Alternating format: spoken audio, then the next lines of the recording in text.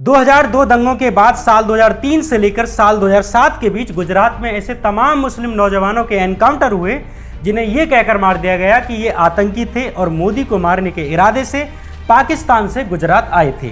लेकिन साल 2005 में हुए सोहराबुद्दीन शेख के एनकाउंटर के बाद जब सीबीआई जांच हुई तो सीबीआई ने कहा कि सोहराबुद्दीन शेख लश्कर तैयबा का आतंकी नहीं था, बल्कि अमित शाह के फिरौती गिरोह के लिए काम करने वाला आदमी था, जिसे आतंकी बताकर फेक एनकाउंटर में मार दिया गया था।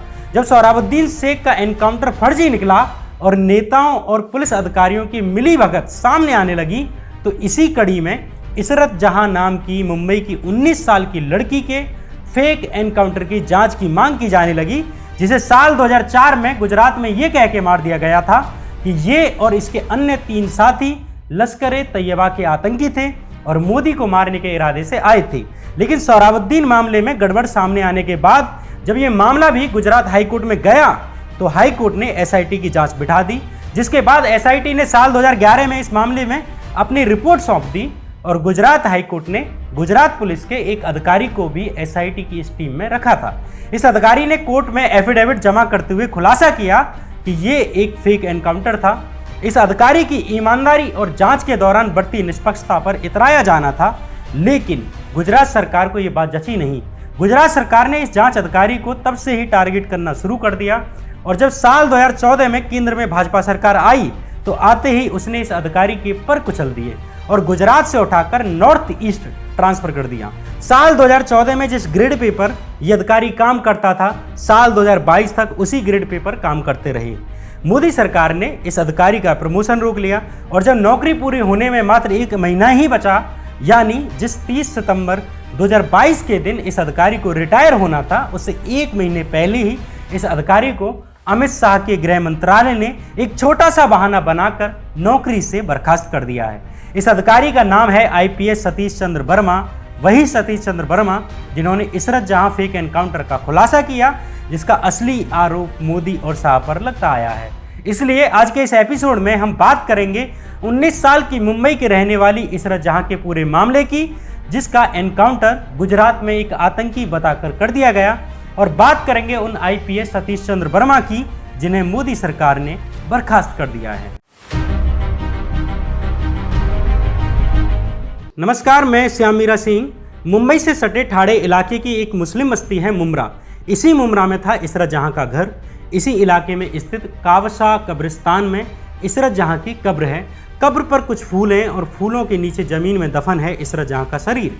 19 साल की इसरत शायद अगर आज जिंदा होती तो साल 2022 में 37 साल की हो चुकी होती। अभी इसरत की कब्र पर कभी कोई पानी छिड़क जाता है तो कभी कोई फूल चढ़ा जाता है। उसे जानने वालों को आज भी यकीन नहीं होता कि उसे आतंकी बताकर गुजरात में मार दिया गया था। साल 2004 से अब तक कई जांचें हुई, गिरफ्तारियां हुई, चार्जशीट भी दाखिल हुई। जिन अफसरों को कभी इसरत और 3 अन्य लोगों की हत्या के मामले में जेल हुई, वे धीरे धीरे अदालतों से छूट गए, लेकिन इसरत की बूढ़ी मां को न्याय नहीं मिला। कब्र में जमीन के अंदर दबी इसरत की कहानी गुजरात की जमीन से शुरू होती है। 15 जून साल 2004 की सुबह 5 बजे की बात है। तभी इंडिका गाड़ी से अहमदाबाद की तरफ जा रहे अमजद अली राणा, जीशान जौहर, जावेद गुलाम शेख उर्फ प्रणेश पिल्लई और इसरत जहां को गुजरात पुलिस ने एक एनकाउंटर में मार डाला। कुछ देर बाद पुलिस ने पत्रकारों के सामने दावा किया कि चारों पाकिस्तान स्थित लश्कर तैयबा के आतंकी थे, जिनका इरादा गुजरात के मुख्यमंत्री नरेंद्र मोदी की हत्या करने का था। पुलिस ने एफआईआर दर्ज करते हुए कहा कि उसे सीआईडी से यह खबर लगी थी कि 2002 दंगों का बदला लेने के लिए मोदी पर फिदायीन हमला करने का प्लान किया गया है और ये जिम्मा अमजद अली राणा, जीशान जौहर और जावेद शेख को दिया गया था। गुजरात पुलिस ने दावा किया कि अमजद अली राणा और जीशान जौहर पाकिस्तानी फिदायीन हैं और ये लोग सुसाइडल अटैक करने के लिए कश्मीर से अहमदाबाद आए हुए थे और तीसरा शख्स जावेद उनके लिए लोकल नेटवर्क तैयार कर रहा था। लेकिन कमाल की बात है कि गुजरात पुलिस ने इस एफआईआर में इसरत जहां का नाम नहीं लिया, सिर्फ ये कहा कि एक महिला आतंकी भी थी जो मुठभेड़ में मारी गई है। गुजरात पुलिस के अनुसार उसे 11 जून को इंटेलिजेंस से खबर लगी थी कि 3 लोग मुंबई से अहमदाबाद आ रहे हैं, जिनका उद्देश्य नरेंद्र मोदी की हत्या करना है। 15 तारीख को जब पुलिस ने उन्हें ढूंढ निकाला तो उन्होंने पुलिस पर अपनी राइफल और रिवॉल्वर से 50 फायरिंग की। मजबूरन पुलिस को भी डिफेंस में उन पर गोलियां चलानी पड़ी, जिससे चारों की मौत हो गई। लेकिन कमाल की बात है कि पुलिस ने यह नहीं बताया कि इन कथित आतंकियों के द्वारा 50 राउंड फायरिंग करने के बाद भी पुलिस को एक भी गोली क्यों नहीं लगी, पुलिस की साइड से कोई घायल क्यों नहीं हुआ, ये एक सवाल था। यहीं से इस केस में शक की सुइयां शुरू होती हैं। गुजरात में हुए फर्जी एनकाउंटरों और इशरत जहां पर लिखी किताब between memory and forgetting massacre and the Modi years in Gujarat में पूर्व IAS अधिकारी हर्ष मंदर लिखते हैं, उसी शाम कुछ अजनबी नौजवानों ने मुंबई के मुमरा में स्थित इशरत जहां के घर पर दरवाजा खटखटाया। जिस वक्त ये लोग पहुंचे उस वक्त इशरत जहां की मां शमीमा कौसर और छोटे भाई बहन घर में मौजूद थे। इन अनजान नौजवानों ने बताया कि वे इशरत के कॉलेज के दोस्त हैं, उन्हें कॉलेज फॉर्म के लिए इशरत के पासपोर्ट साइज का फ़ोटो चाहिए। इशरत की मां ने उन्हें फ़ोटो दे दिए, लेकिन फ़ोटो लेने के बाद भी कुछ देर तक ये लोग इशरत के घर से नहीं गए। आखिर में इन्होंने इशरत के परिवार से पूछा कि क्या उन्होंने टीवी पर एक खबर नहीं देखी। तब तक रात के करीब 8 बज चुके थे। आखिर में उन्होंने ये भारी खबर इशरत की मां को बता दी कि वे इशरत के दोस्त नहीं हैं बल्कि पत्रकार हैं, और इशरत जहां को नरेंद्र मोदी की हत्या की साजिश के आरोप में एनकाउंटर में गुजरात के अहमदाबाद में मार डाला गया है। परिवार में से किसी को भी विश्वास नहीं हुआ कि उनकी बहन इशरत को आतंकी बताकर मार डाला गया है। इतने में रात के 9 बजते हैं कि पुलिस इशरत के घर पर पहुंच जाती है। दुख करने का वक्त भी इशरत के परिवार को ना मिला। अभी उन्हें इशरत की हत्या की खबर लगी और इधर पुलिस घर पर आ गई। पुलिस उनका घर सील कर उस परिवार को अपने साथ स्टेशन ले गई, जिसे अभी अभी खबर लगी थी कि इशरत इस दुनिया में नहीं रही है। इशरत के घर पर दर्जनों मीडिया वाले इकट्ठे हो गए। रात करीब सुबह के 2:30 बजे पुलिस ने उन्हें वापस छोड़ दिया। वापस घर आने पर उन्हें सील किया हुआ घर मिला। इशरत की मां शमीमा को अपने बच्चों के साथ ही पास की ही एक दुकान में सबसे त्रासद और दुखद रात गुजारनी पड़ी। सुबह इशरत की मां अहमदाबाद के लिए अपनी बेटी के शव को लेने के लिए निकल गईं। यहाँ भी इशरत की मां शमीमा से पुलिस अधिकारियों ने बदतमीजी की। अपनी बेटी का शव लेकर जब मां शमीमा अपने मुमरा स्थित घर पहुंचती हैं तो इशरत के जनाजे में जाने के लिए हजारों लोगों को इकट्ठा पाया। अधिकतर ये विश्वास करने की स्थिति में नहीं थे कि जिस इशरत से वे स्नेह करते थे वो अब इस दुनिया में नहीं रही है। यही कारण है कि जब साल 2004 में हुए इस केस की 14 अप्रैल 2021 में, यानी करीब 17 साल बाद जब BBC हिंदी इशरत जहां की कब्र पर गया तो उसके रिपोर्टर ने इशरत की कब्र पर अपनी रिपोर्ट में लिखा कि वहां कोई उसकी कब्र पर पानी छिड़क कर साफ कर देता है तो कोई उस कब्र पर फूल बिखेर देता है। कब्र पर फूल चढ़ाकर और उसे साफ सुथरा रखकर इशरत को मानो वे अपनी यादों में जिंदा रखना चाहते हों। इशरत की मां शमीमा कौसर बेटी की कब्र पर नहीं जाती क्योंकि उनको लगता है कि उनका धर्म उन्हें इसकी इजाज़त नहीं देता। लेकिन उन्हें अपने बेटों से पता चलता है कि इशरत की कब्र को किसी ने लावारिस नहीं छोड़ा है, यह दूसरी कब्रों की तरह यूं ही नहीं छोड़ दी गई है, कोई इसकी देखभाल करता है। वहाँ रखे जाने वाले फूलों को वहाँ कौन लाता है उन्हें मालूम नहीं। इससे फर्क भी नहीं पड़ता कि ये फूल वहाँ कौन रख जाता है, लेकिन इससे उन्हें एक उम्मीद बनती है। दरअसल साल 2002 में ही इशरत ने अपने पिता को ब्रेन ट्यूमर के कारण खो दिया था। उस वक्त इशरत की उम्र महज 17 साल थी। एक बड़ा परिवार किराए के छोटे से घर में अकेला पड़ गया। 17 साल की इशरत घर में सबसे बड़ी ही नहीं थी बल्कि परिवार के 7 बच्चों में सबसे समझदार और जुझारू भी थी। अपने हाई स्कूल के दिनों में उसने पड़ोसियों के बच्चों को ट्यूशन देना शुरू कर दिया। उसकी यही छुटमुट कमाई ही पिता के जाने के बाद उसके घर का एकमात्र साधन बन गई। इसके बाद ही इशरत ने माटुंगा के गुरु नानक खालसा कॉलेज में BSc की पढ़ाई शुरू कर दी। मार्च 2004 में, यानी इशरत के एनकाउंटर से कोई 2 महीने पहले ही इशरत को उसके एक रिश्तेदार ने एक अधेड़ उम्र के एक परफ्यूम व्यापारी जावेद से मिलवाया। जावेद का परफ्यूम का व्यापार था जिसकी मार्केटिंग और अकाउंटिंग के लिए उसे किसी की ज़रूरत थी। इसी जावेद को इशरत जहां के साथ एनकाउंटर में मार दिया गया था। जावेद ने 3500 रुपये महीने तनख्वाह के साथ इशरत जहां को अपने काम पर रख लिया। इसके अलावा काम के सिलसिले में उसे बाहर जाने के बारे में भी बोला गया, जिन यात्राओं का खर्च उसे अलग से मिलना था। इशरत की मां शमीमा के पास विकल्प ना होने के चलते इस नौकरी को कर लेने के लिए स्वीकार करना पड़ा। इसके बाद इशरत को काम के सिलसिले में पुणे और लखनऊ की 2 यात्राएं करनी पड़ी।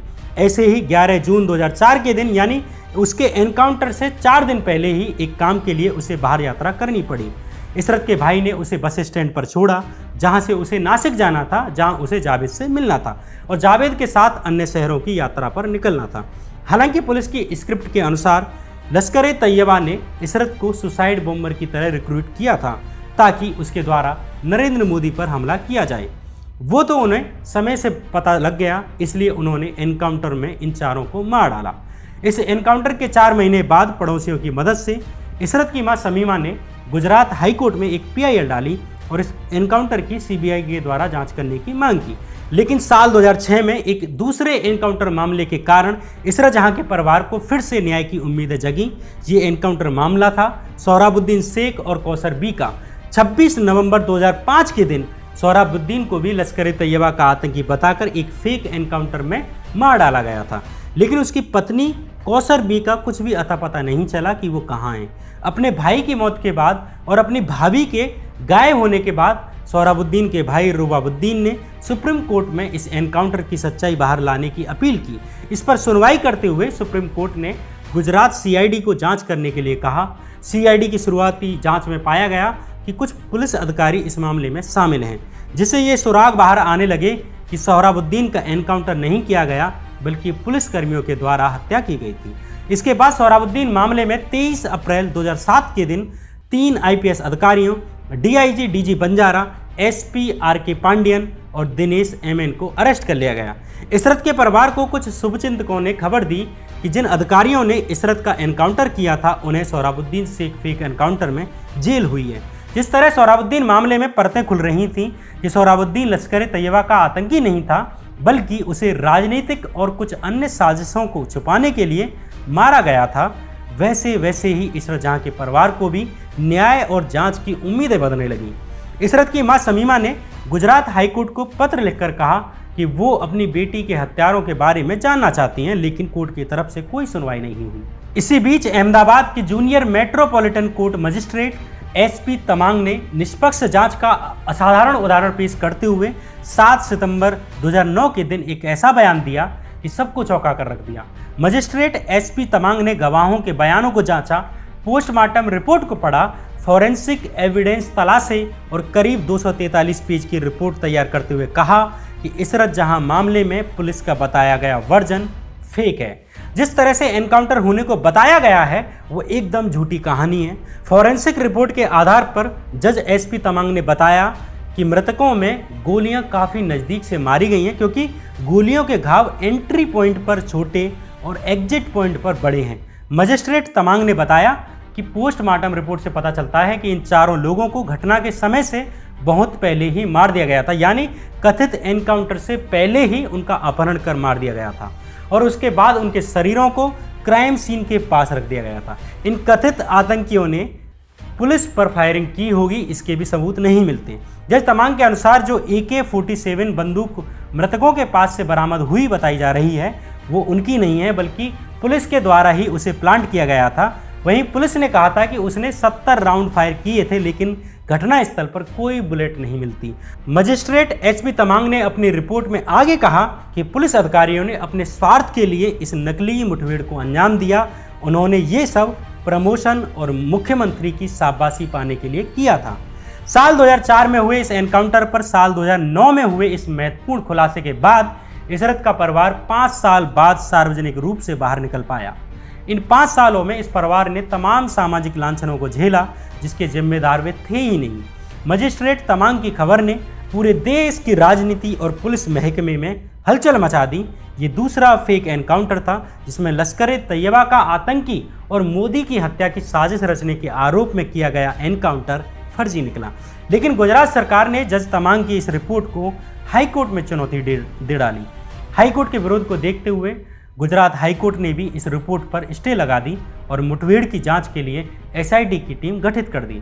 गुजरात हाईकोर्ट ने इस इन्वेस्टिगेशन टीम में एक अधिकारी गुजरात कैडर के बाहर का रखा और इसे हेड करने के लिए जिम्मेदारी दी गुजरात पुलिस के 2 अफसरों को।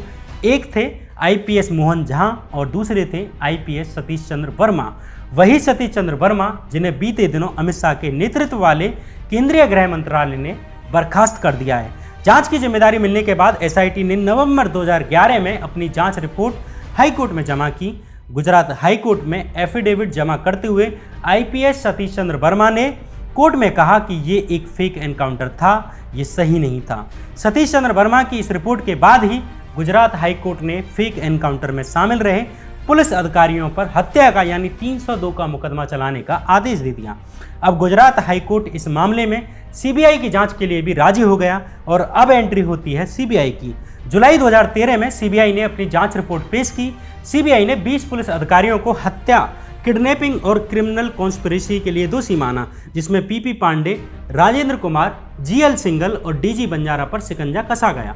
डीजी बंजारा वही हैं जिन्हें सीबीआई ने सोहराबुद्दीन मामले में भी दोषी पाया था। सीबीआई ने माना था कि अमित शाह के निर्देश पर ही आईपीएस डीजी बंजारा ने सोहराबुद्दीन शेख और बाद में उसके साथी तुलसीराम प्रजापति का फेक एनकाउंटर किया था, जिन्हें नरेंद्र मोदी के प्रतिद्वंदी रहे हरेन पांड्या की मौत का आरोपी माना जाता है। ऐसे ही कोर्ट में एक गवाह और सोहराबुद्दीन शेख के दोस्त आजम खान ने बयान दिया था कि जिस सोहराबुद्दीन को डीजी बंजारा द्वारा फेक एनकाउंटर में मारने का आरोप लगता है, उसी सोहराबुद्दीन को डीजी बंजारा ने हरेन पांड्या को मारने के लिए सुपारी दी थी, ऐसा सोहराबुद्दीन ने उसे बताया था। आजम खान के बयान की तरह ही यही बात आईपीएस संजीव भट्ट ने भी सुप्रीम कोर्ट में जमा किए अपने एफिडेविट में कही थी कि उन्हें हरेन पांड्या की हत्या के आरोप में जेल में कैद असगर अली ने साल 2003 में बताया था कि सोहराबुद्दीन ने उसे हरेन पांड्या की हत्या करने की जिम्मेदारी दी थी, लेकिन जब उसने इस काम को अंजाम देने से इनकार कर दिया तो सोहराबुद्दीन ने तुलसीराम प्रजापति को हरेन पांड्या की मौत को अंजाम देने का काम दिया। तब आईपीएस संजीव भट्ट साबरमती जेल के जेलर हुआ करते थे। साल 2003 में हरेन पांड्या की मौत के बाद साल 2005 में सोहराबुद्दीन को भी फर्जी एनकाउंटर करके मार डाला गया और साल 2006 में उसके साथी तुलसीराम प्रजापति को भी पुलिस कस्टडी में मार डाला गया। डीजी बंजारा गुजरात में नरेंद्र मोदी और अमित शाह के चहेते माने जाते हैं और इन्हें गुजरात का एनकाउंटर स्पेशलिस्ट माना जाता है। इसरत जहां मामले में पीपी पांडे, जीएल सिंह और बाकी अधिकारियों समेत डीजी बंजारा को भी अरेस्ट कर लिया गया। इसरत जहां मामले की जांच कर रही सीबीआई ने अपनी रिपोर्ट में सबूतों को पेश करते हुए कहा कि इसरत जहां फेक एनकाउंटर को अमित शाह और नरेंद्र मोदी की पूर्व अनुमति मिली हुई थी। सीबीआई ने अपनी जांच में एसआईटी की जांच में शामिल रहे आईपीएस सतीश चंद्र वर्मा की भी मदद ली थी, लेकिन जैसे ही साल 2014 में नरेंद्र मोदी की सरकार बनती है, न्याय के नियमों को बदल दिया गया। हत्या और अपहरण के मामले में बंद इन तमाम पुलिस अधिकारियों को रिहा कर दिया गया और न केवल रिहा किया गया बल्कि प्रमोशन दिए गए। इधर आईपीएस सतीश वर्मा सरकार के और अधिक निशाने पर आ जाते हैं। आईआईटी दिल्ली और आईआईएम अहमदाबाद से पढ़ने वाले आईपीएस अधिकारी सतीश चंद्र वर्मा का साल 2010 और 11 में गुजरात सरकार के द्वारा प्रमोशन रोक दिया गया। जब केंद्र में मोदी सरकार आई तो आईपीएस सतीश चंद्र वर्मा को गुजरात कैडर से उठाकर नॉर्थ ईस्ट भेज दिया गया, जहां उन्हें north eastern electric power corporation यानी कि नीपको का चीफ विजिलेंस ऑफिसर बनाया गया। ये एक तरह से उनका डिमोशन था, लेकिन आईपीएस सतीश चंद्र वर्मा ने वहां भी अरुणाचल प्रदेश के हाइड्रो पावर प्रोजेक्ट्स में भाजपा सरकार के द्वारा किए गए घोटालों को उजागर कर डाला। इन हाइड्रो प्रोजेक्ट्स में घपलेबाजी का आरोप आया भाजपा के केंद्रीय मंत्री किरण रिजिजू और उनके रिश्तेदारों पर, लेकिन इस घोटाले के खुलासे के बाद ही सतीश चंद्र वर्मा को ट्रांसफर करके त्रिपुरा में सीआरपीएफ का आईजीपी बनाकर भेज दिया गया।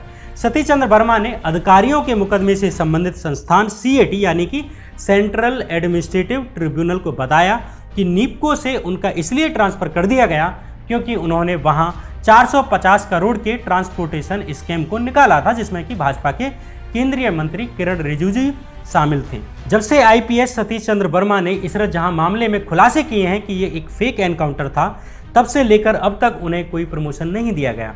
उनके जूनियर अधिकारी बड़ी बड़ी रैंकों पर चले गए, लेकिन वे साल 2014 में जिस ग्रेड पे पर काम किया करते थे, साल 2022 आने तक उसी ग्रेड पे पर काम करते रहे हैं। आने वाली 30 सितंबर को उनका रिटायरमेंट होने जा रहा था, लेकिन उससे एक महीने पहले ही अमित शाह के केंद्रीय गृह मंत्रालय ने उन्हें बर्खास्त कर दिया और उनकी बर्खास्तगी का कारण सरकार ने साल 2016 में एक टीवी चैनल को दिए एक इंटरव्यू को बताया, जिसमें उन्होंने इसरत जहां मामले को लेकर कुछ बातें कही थी। सरकार ने कहा कि जिस north eastern electric power corporation यानी कि नीपको में रहते हुए उन्होंने ये इंटरव्यू दिया है, उस इंटरव्यू का नीपको के काम से कोई संबंध नहीं था। ये कथित तौर पर उनके सर्विस नियमों के खिलाफ है। एक तरफ ऐसे पुलिस अधिकारी हैं जिन्हें हत्याओं और अपहरण का दोषी माना गया, जिन्हें इसरत जहां मामले में जेल भी हुई, उन्हें गुजरात सरकार और केंद्र सरकार ने प्रमोशन देकर इनामें दी, लेकिन दूसरी तरफ एक ईमानदार अफसर है जिसने निष्पक्षता के साथ अपना काम किया, जांच की, घोटाले निकाले, वो एक इंटरव्यू का बहाना देकर बुढ़ापे में रिटायरमेंट से 1 महीने पहले निकाल दिया जाता है। बहरहाल अगर ये बर्खास्तगी कोर्ट से नहीं हटी तो ताउम्र पुलिस सेवा में काम करने वाले एक ईमानदार अफसर को अपने पेंशन और बाकी अधिकारों से वंचित रहना पड़ेगा। ये कहानी थी एक ईमानदार अफसर की, ये कहानी थी IPS सतीश चंद्र की, जो यहीं खत्म होती है। फिर कोई कहानी लेकर आऊँगा, कहानी लोहे की कुल्हाड़ियों से पेड़ों के लड़ने की कहानियाँ। तब तक के लिए नमस्कार।